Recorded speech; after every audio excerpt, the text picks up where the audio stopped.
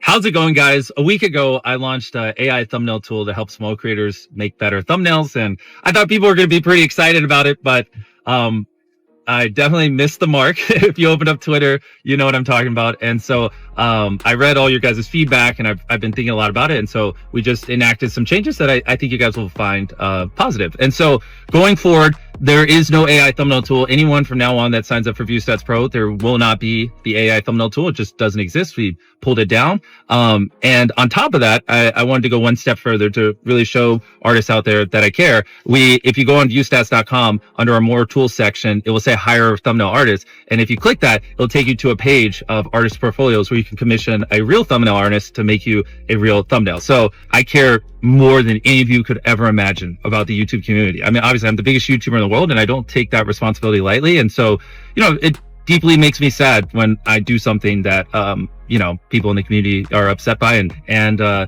also want to put out there that I guarantee you, I have spent more money on thumbnail artists than any other YouTuber in the world. I've probably spent more money on thumbnail artists than the top 100 creators combined. I mean, I have a small army of thumbnail artists that work for me. I'm looking to hire more thumbnail artists. So I just want to put that out there. And I have no intention of firing my thumbnail artists or anything. Like, this is, just supposed to help make them more effective and blah, blah. I mean, you know what I'm saying. But regardless, it doesn't matter. The tool's down for future people that sign up for ViewStats Pro. And now it's a funnel to help artists make more money. So I'm really excited. Go check it out. Hey, go to viewstats.com and click on the Hire the Artist tab and, go commission real artists, help them make more money. So take care, guys. A year ago, everyone said Jacksepticeye was just being salty for calling out MrBeast. But now, those old clips aged worse than milk left out in the sun. The past year has been wild. The lie detector moment, the Lily mess, the AI thumbnail drama. And suddenly, Jack's words don't sound like hate anymore. They sound like warnings. He wasn't being bitter, he was being real.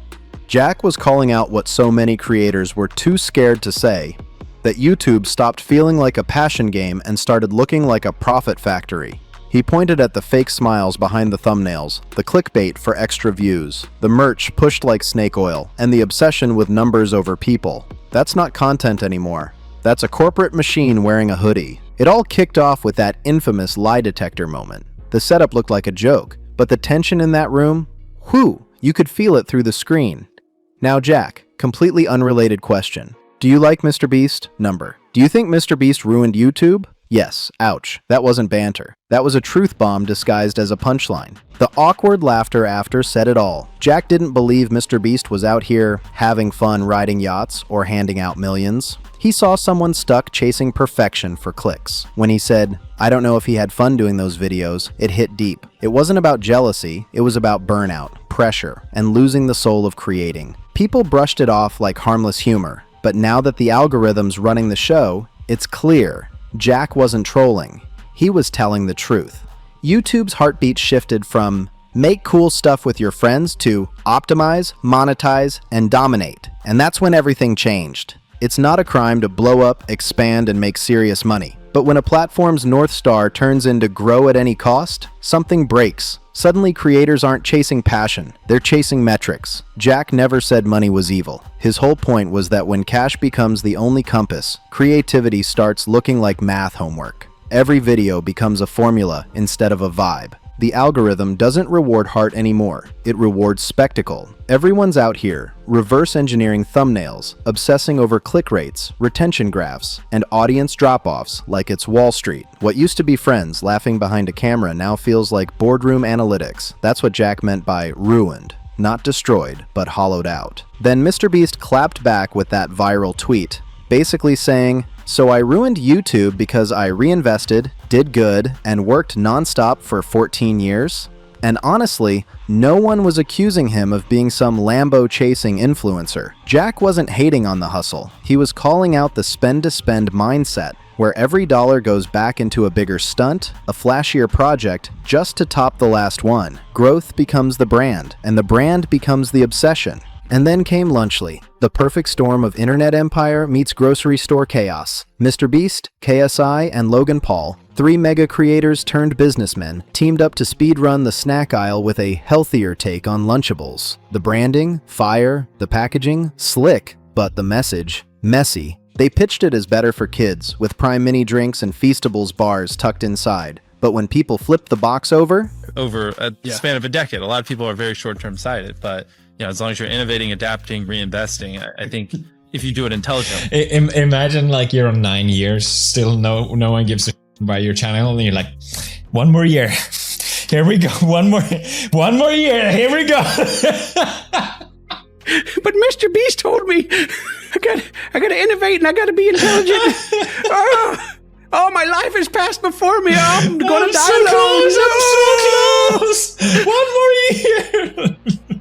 I was so close. Oof, the ingredient list told another story. The sodium was still high, the sugar drop barely mattered, and the healthier choice label felt more like marketing than meaning. Fans didn't know whether to cheer for innovation or cringe at the irony. Once people started digging deeper into Lunchly, things got messy fast. The healthy alternative pitch fell apart the second folks compared it to actual Lunchables. Preservatives were still packed in, and it leaned heavily on a sports drink brand that was already knee-deep in legal heat. It screamed influencer product, shiny branding, questionable substance. And that's when the internet exploded. Everyone remembers the Dan TDM tweet, the one that lit up the timeline like wildfire. Dan straight up called out KSI, Logan Paul, and MrBeast for selling what he called crappy products. And then came the chaos. Fans rallied behind him instantly. That's when Jacksepticeye jumped into the mix and dropped his now iconic line. If you mess with Dan TDM, you mess with all of us. Boom. The internet lost it. Suddenly, it wasn't just about snacks. It was about trust. Viewers versus influencers. Everyday fans versus celebrity YouTubers pushing overpriced junk on kids who don't even know better. It turned into a full-on digital protest, a moment where people drew the line and said, "Nah, we're not your walking wallets anymore." But just as that fire started to fade, another storm rolled in. The AI thumbnail saga. A flashy new tool dropped, promising to auto-generate viral thumbnails using machine learning. It could scan entire channels, study faces, and even replicate your style to help creators grow. Sounds cool, right? Except it wasn't. Jack and other creators noticed something wild. Their faces, names, and even signature designs were being used in the promo without permission. Jack's reaction? Short, sharp, and pure chaos energy. What the actual... And he wasn't joking. His own logo had shown up in the ad. That was the breaking point. Removing the U from YouTube stopped being a clever slogan. It became reality, the platform's once unique vibe. Every creator's personal flavor, every handmade thumbnail, was being replaced by automation and algorithms. What once had texture now felt sterile, like the soul of creativity was being swapped for a machine-made copy. After the backlash hit, MrBeast pivoted fast. He scrapped the AI thumbnail tool from new pro signups and swapped it out for something way more grounded, a directory that helps creators hire real thumbnail artists. He even doubled down on how much he already spends paying actual people to design his visuals. Honestly, that kind of move is rare in this space. Most would have just ignored the noise. It showed there's still a real human steering the ship, one willing to hit the brakes when the community pushes back. But that course correction doesn't erase the original problem. It just proves how complicated the beast really is. MrBeast, the person, he's a mad scientist obsessed with perfection. Every frame, every title, every stunt. MrBeast the brand? That's a global production machine. Each upload feels like a blockbuster film premiere. Massive budgets, wild headlines, perfectly timed drops. Both sides can exist, but together, they bend YouTube's entire gravity field. That's exactly what Jacksepticeye was trying to say all along. His criticism was never just about one guy's products. It was about how the whole platform started orbiting around the MrBeast formula. You can see the ripple effect everywhere. A sea of videos titled, "I gave a stranger $10,000," or "I survived 24 hours in XYZ." Every thumbnail screams intensity. Every shot screams retention optimization. The magic of randomness, the soul of small creators, started fading under the pressure to scale. It's like YouTube turned into a race where only the biggest stunts survive. And if you're a small creator just trying to tell a story or make something weird, people say, "That's cool, but it's not scalable." Since when did art class get graded like a Fortune 500 business plan? MrBeast fired back on Twitter, saying he's doing good and inspiring people. And to be fair, he's got receipts. We're talking wells built, surgeries paid, shoes gifted, lives changed. But that was never the real argument. The heart of the debate wasn't charity versus views. It was culture versus conversion. For a span of a decade, a lot of people are very short-term sighted, but as long as you're innovating, adapting, reinvesting, I think if you do it intelligently. Imagine like you're on 9 years, still no one gives a about your channel, and you're like, one more year, here we go, one more year, here we go. A video can give back and still take away something deeper, the sense that YouTube used to be unpredictable, human, and alive. Now, too often, it feels like everyone's just following the same formula, chasing the same dream, turning creativity into content and creators into brands. So yeah, it's been a rough year for MrBeast's image, no question about it, especially once Jacksepticeye stepped into the mix.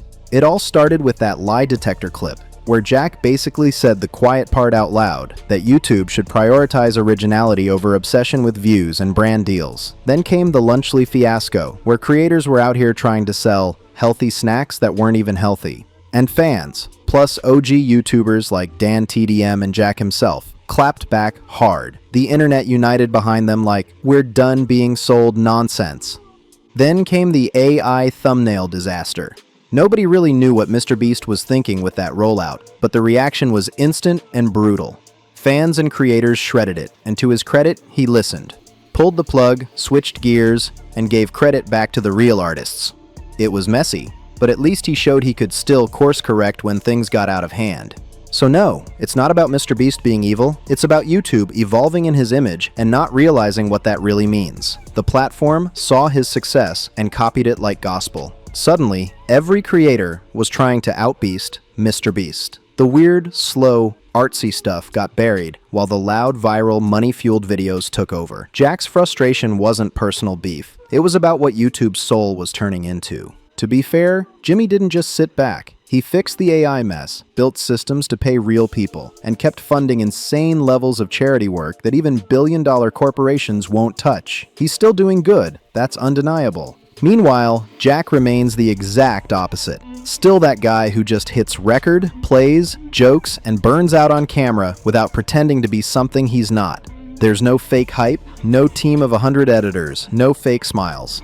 So when he looks at thumbnail factories or flashy marketing stunts and says, this isn't it, it doesn't come off as jealousy. It lands like a gut instinct from someone who remembers what YouTube used to feel like. And deep down, a lot of viewers agree. That's exactly why Jack's explosive, what the actual, during the AI thumbnail drama, hit so hard. It wasn't just outrage, it was protection. He was defending the last corner of YouTube that still feels human, the part that still has fingerprints, not formulas. The same instinct that made him back Dan TDM during the whole Lunchly mess, when Dan's now iconic tweet, "Do better," ended up aging into a straight-up mission statement for creators everywhere. Because better doesn't mean more electrolytes or flashier packaging, it means tell the truth. Don't hide behind marketing spins or community notes. Stop pretending your health products are helping kids when you're really just cashing in on their trust. Jack wasn't attacking. He was reminding everyone that being honest, creative, and real still matters.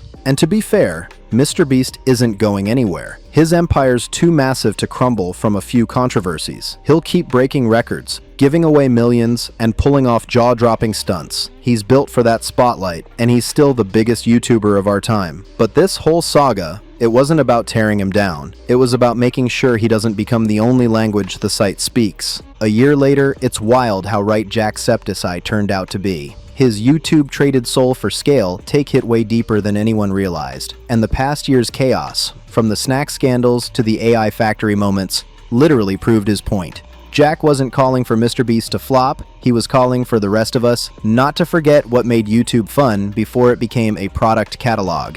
So what do you think? Was Jack right all along, or did he just get lucky? Is MrBeast really the villain here, or just a symbol of how big the game's gotten? Drop your thoughts in the comments, smash that like button, share this with a friend, and don't forget to subscribe. Thanks for watching, and I'll see you in the next one.